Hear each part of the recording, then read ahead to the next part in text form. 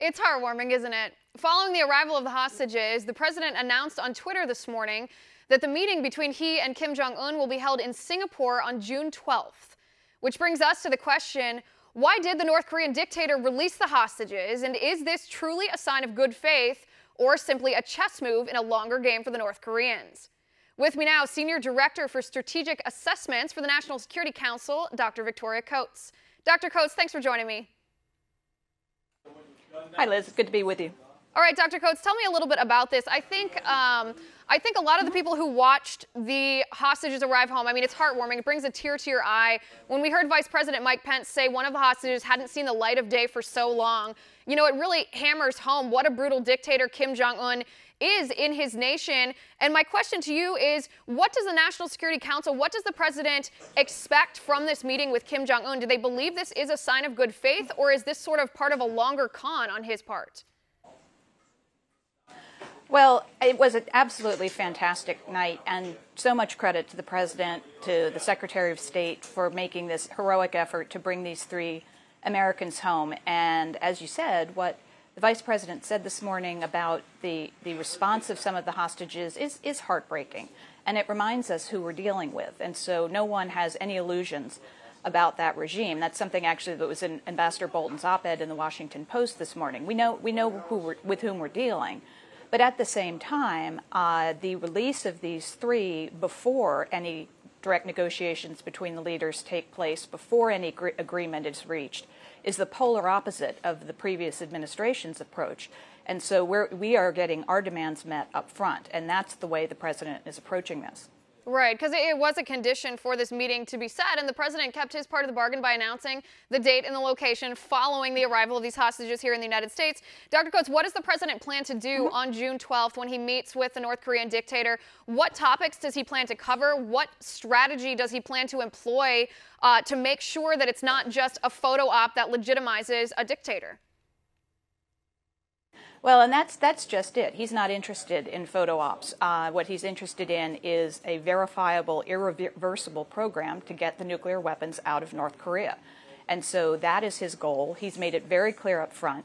He's made it clear our troops in South Korea are not on the table for this particular negotiation, that this is about the North satisfying our demands if they are to expect any kind of economic relief, any kind of engagement in the future. So that then is up to them if they want to fulfill them or not. Right, and I assume that would involve almost unfettered access for inspectors to go into North Korea and actually verify that what happened in Iran, where they hid their nuclear plans in a secret vault, doesn't happen in North Korea.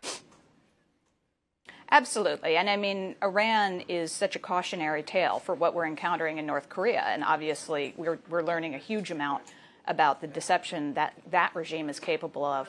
And certainly the president's action on Tuesday recognizes that the deal cut in 2015 has done nothing to preserve our safety. And that's a mistake we're not going to make again. Right, and I do want to ask you about the president's plan for what's happening between Iran and Israel right now. As we know, Iran launched rockets at the Golan Heights, 20 rockets, I believe. Israel responded just by demolishing Iran's military apparatus. In Syria here, it looks to be the cusp of a full-blown war. I think we all certainly hope that it is not. It looks to be on the cusp. Does the president expect this to continue to escalate? And is there a point, and if there is a point, at what point would the president want American troops to be involved? Well, this is an issue, obviously, that Israel has been confronting for some time, sort of sounding the alarm on the unchecked Iranian aggression in Syria. And last night, I think, was really quite intolerable. For the first time, they attacked directly. That's something that Israel obviously is not going to put up with. The attack, obviously, into Israel was not particularly effective. Israel, however, responded decisively. And I think the message has gone out to the Iranians that, as the Israeli Minister of Defense said, if it's going to drizzle or rain in Israel, it will pour on the Iranians. And so I think they should weigh their actions very carefully. Right, and in regards to the sanctions, so now that the United States is officially out of the Iran deal, does the president intend to put back into place the harsh sanctions that were placed on Iran before this deal went into effect in 2015? Yes, that's what he signed on Tuesday. The sanctions actually remained in place. Nothing happened to them, but they were waived periodically.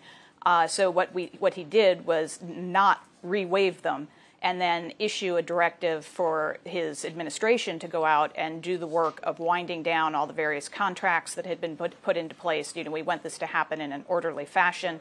We want to give countries that would prefer to do business with the United States than with Iran time to sort of manage their affairs in an orderly way.